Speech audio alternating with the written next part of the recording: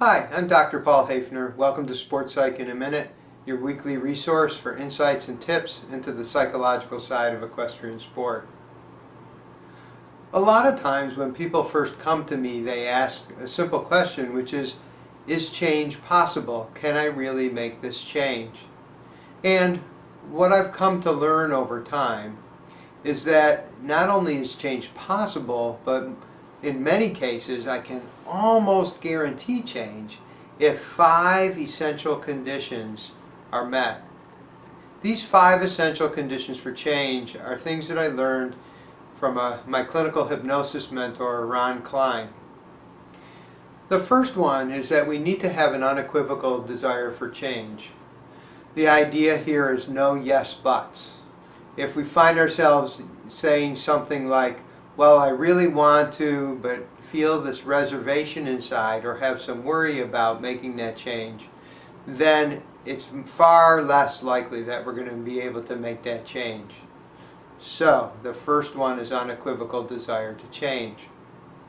The second one is that we need to state our change in the positive. And what I mean by that is we have to know what we want to do instead of the problem, situation, and or behavior. A lot of times when we run into issues or problems, we get really clear on what we don't want. It's much harder to get really clear on what we want.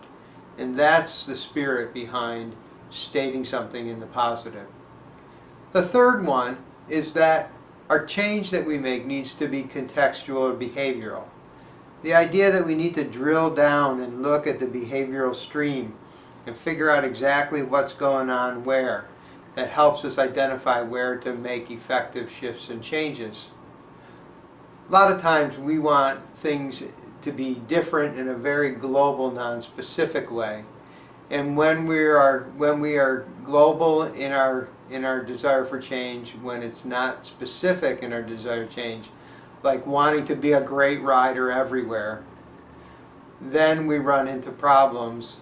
And we need to get focused on breaking things down in that step-by-step fashion.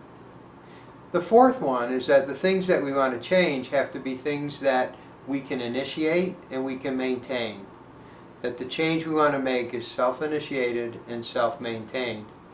A lot of times, even though we may know intellectually that it's silly, we want our horses to change or we want other people around us to change. And when we focus on that, then we again decrease our probability of change.